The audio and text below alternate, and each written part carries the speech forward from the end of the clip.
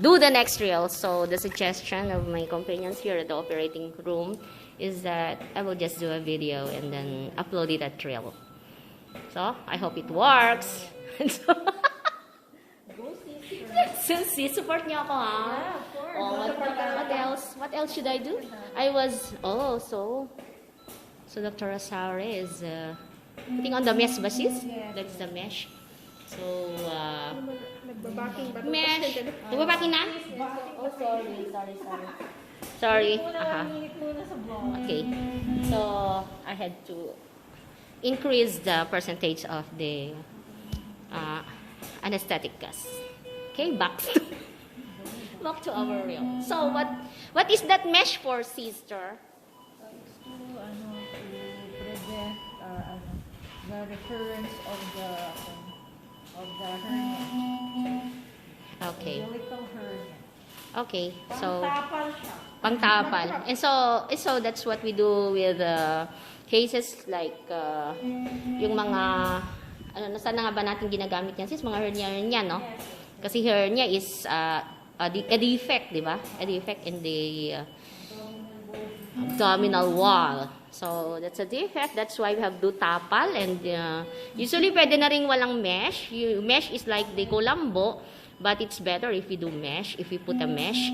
Kasi, mas matibay siya, di ba? So, on a recap.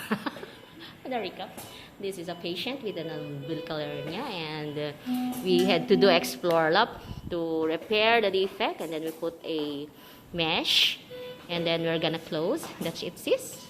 And then after that, we have to put off the anesthesia and then anesthetic gas, and then the patient will gising-gising na, and then we'll place the patient to the PACU. And so, guys, this is our surgeon again. This is Dr. Janie Sare. We were together in having our training when we had our training at PGH. She is a pediatric surgeon, and I am also a pediatric anesthesiologist.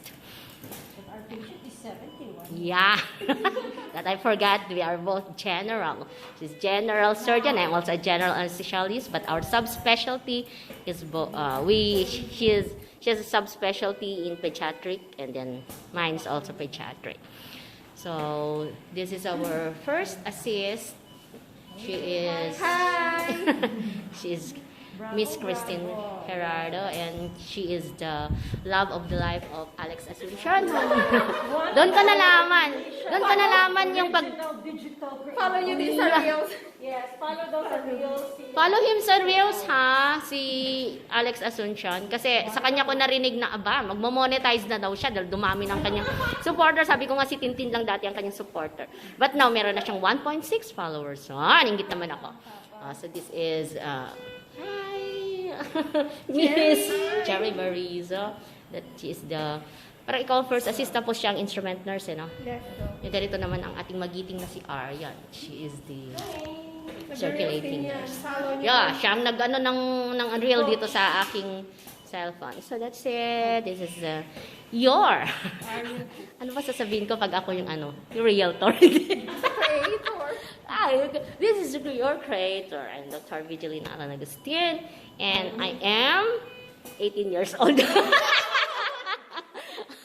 Bye! See you again next time. Follow me, Follow me. Dapat dumami. Tsaka makapag-monetize naman ako, guys. Please!